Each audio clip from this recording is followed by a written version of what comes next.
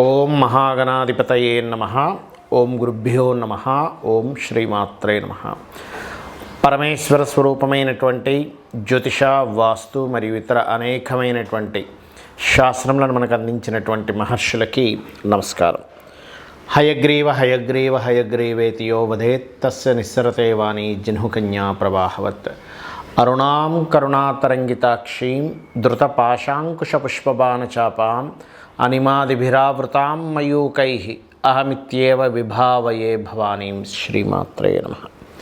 ప్రేక్షకులకి ఆ లలితాంబిక అమ్మవారి యొక్క అనుగ్రహం పరిపూర్ణంగా కలగాలని మనస్ఫూర్తిగా కోరుకుంటూ మనం ఈరోజు చెప్పుకోబోయేటువంటి టాపిక్ ఏమిటంటే, చాలామంది చూడండి, ఈ నక్షత్రం వారినే పెళ్లి చేసుకోవాలి, 18 పాయింట్లు దాటితే సరిపోతుంది అని అనుకుంటూ ఉంటారు. అది ఎంతవరకు కరెక్టు? కేవలం పాయింట్లే చూసుకోవాలా? మిగతా అంశాలు అసలు ఒక్కొక్క రాశి కంటే అతి ముఖ్యంగా లగ్నం. రాశి దేనికి అంటే, మీ యొక్క నక్షత్రము వధువు అనుకుంటే వధువుకి వరుడికి ఉండేటువంటి నక్షత్రాలు షష్టాష్టకాలు అయ్యాయా లేకపోతే ద్విద్వాదశాలు అయ్యాయా అనేటువంటిది చూసుకోవడానికి, ప్లస్ నక్షత్ర అధిపతులు ఇద్దరూ కనుక మిత్రులైతే మనసులు కలుస్తాయని వరకే. అది మనసు ఎంతవరకు కనెక్ట్ అవుతుంది? ఎందుకు మనసు కనెక్ట్ అవ్వాలి? మనసు కనెక్ట్ అయితే నమ్మకం ఉంటుంది. నమ్మకం ఉన్నప్పుడు అవతల వాళ్ళు చెప్పేటువంటిది మనకి నమ్మశక్యంగా ఉండడం వల్ల కొంచెం వాళ్ళ జీవితం సాగుతుంది అనేటువంటి దానికి మాత్రమే నక్షత్రం, కానీ మిగతా అన్ని అంశాలకి నక్షత్రం కాదు. కాబట్టి మనం మీకు ఎండింగ్లో అసలు ఏ ఏ అంశాలను చూసుకోవాలో కూడా చెప్తాను. బట్ ఒక్కొక్కటి ఏంటంటే, మనం ఒక్కొక్క లగ్నం తెలియని వారు రాశి నుంచి చూసుకోండి. బట్ లగ్నం ఈజ్ మోస్ట్ ఇంపార్టెంట్. ముందుగా మనం ఒక్కొక్క లగ్నం నుంచి మనం తీసుకుందాం. మిథున లగ్నము లగ్నం తెలియని వారు రాశి నుంచి చూసుకోండి. బట్ లగ్నం ఈజ్ మోస్ట్ ఇంపార్టెంట్. మిథున లగ్నానికి బుధుడు కారకుడు, లగ్నాధిపతి. సప్తమ స్థానాధిపతి అంటే వివాహం అవ్వడానికి కారకుడు గురువు అవుతాడు. అంటే ఈ గురువు జనరల్గా ఈ లగ్నం కాబట్టి అవుతాడు. కానీ ఒక్కొక్కసారి ఏమవుతుందంటే, ఇది గురువే కాకుండా ఇంకొక గ్రహానికి కూడా అందిస్తాడు. ఇది గుర్తుపెట్టుకోండి. రైట్. ఇక్కడ మన విషయం చూస్తే కనుక, ప్రధానంగా సప్తమాధిపతి పాడయ్యాడు అంటే గురువు పాడయ్యాడు మీకు జాతకంలో.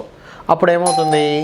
గురువు పాడైనప్పుడు ఈ యొక్క వివాహ సంబంధించినటువంటి విషయంలో ఎప్పుడూ ఏదో ఒక స్ట్రెస్ అనేటువంటిది జరుగుతూ ఉంటుంది. అంటే ఏంటి? సహజంగానే మిథున లగ్నానికి బాధకుడు గురువు.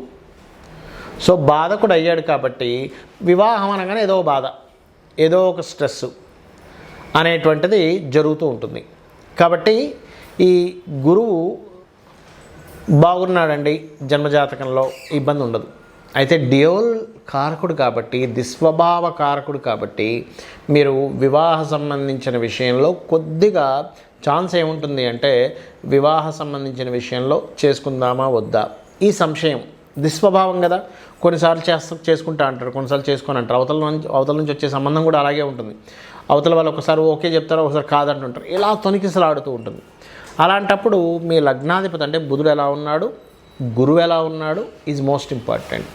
దీంతోపాటు వివాహం అయిన తర్వాత ఎవరికి దీని సంబంధం ఉంటుంది అంటే, వివాహ జీవితాన్ని రూల్ చేసేవాడు శుక్రుడు అవుతాడు మీ జాతకంలో.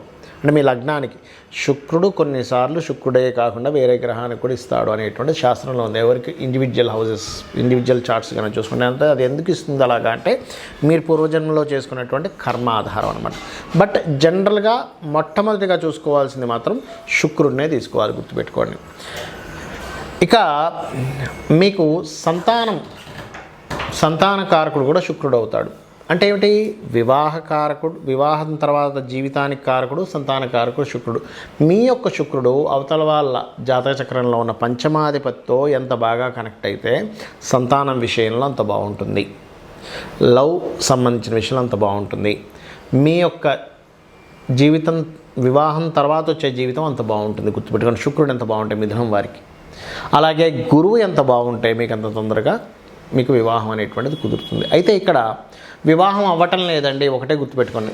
గురు శుక్ర గ్రహాల దగ్గర దీపారాధన చేయండి.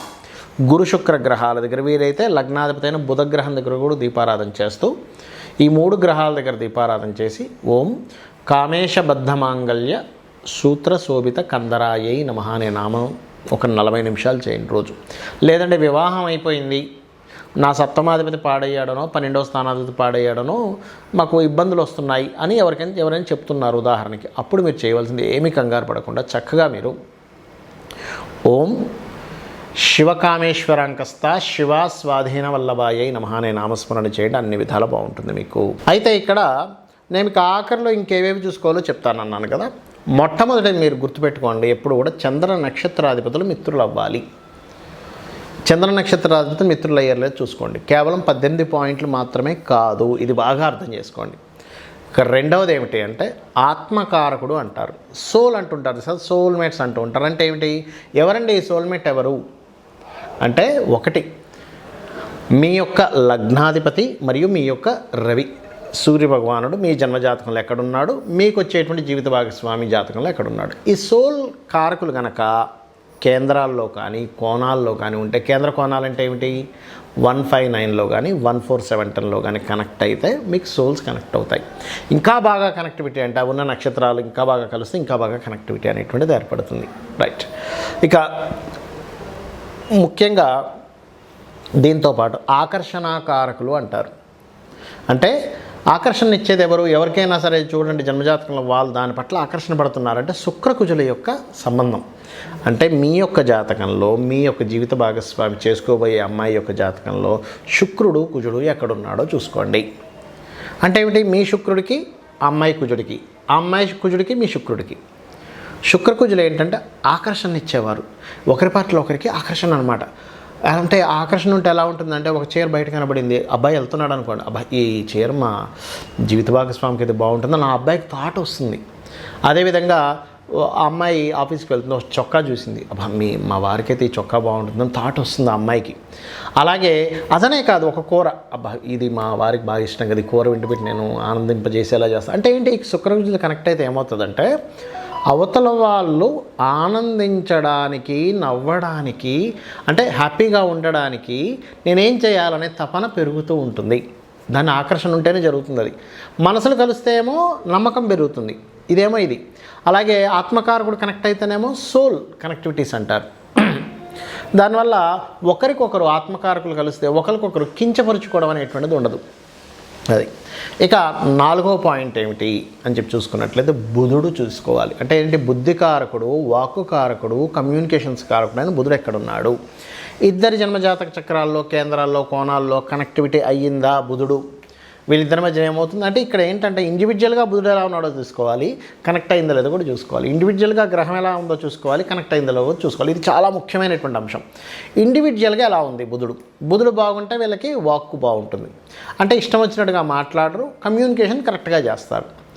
ఇప్పుడు ఇద్దరు వివాహం పెళ్లి చేసుకున్నారు, వాళ్ళిద్దరి మధ్యన బుధుడు బాగున్నాడు అనుకోండి, వాళ్ళిద్దరి మధ్యన కమ్యూనికేషన్స్ అంటే ఒకళ్ళు చెప్పేది ఒకళ్ళు వింటారు. కొన్నిసార్లు కొంతమంది జాతకాల్లో బుధుడు విపరీతంగా నీచ స్థానంలోకి వెళ్ళిపోయి కుజుడితో కనెక్ట్ అయిపోతున్నప్పుడు ఏమవుతుందంటే వాదిస్తూ ఉంటారు, అర్థం కాదయ్య బాబు ఏమిటి వాదన అనిపిస్తూ ఉంటుంది. కాబట్టి బుధుడు చూసుకోవాలి. దాని తర్వాత చూసుకోవాల్సిన అంశం ఏమిటి అంటే, ఇక్కడ మీరు చూడాల్సింది గురువులు, జీవులు, జీవకారకులు అంటారు నాడే ఆస్ట్రాలజీలో. అంటే జీవులు కనెక్టివిటీ కూడా బాగుందనుకోండి, వీళ్ళిద్దరు ఏమవుతారు, కలకాలం కాస్త కలిసి ఉంటారు. కలిసి ఉండడానికి కేవలం జీవులు మాత్రమే కాదు, 12వ స్థానాధిపతి ఎలా ఉన్నాడో ప్రధానంగా తీసుకోవాలి.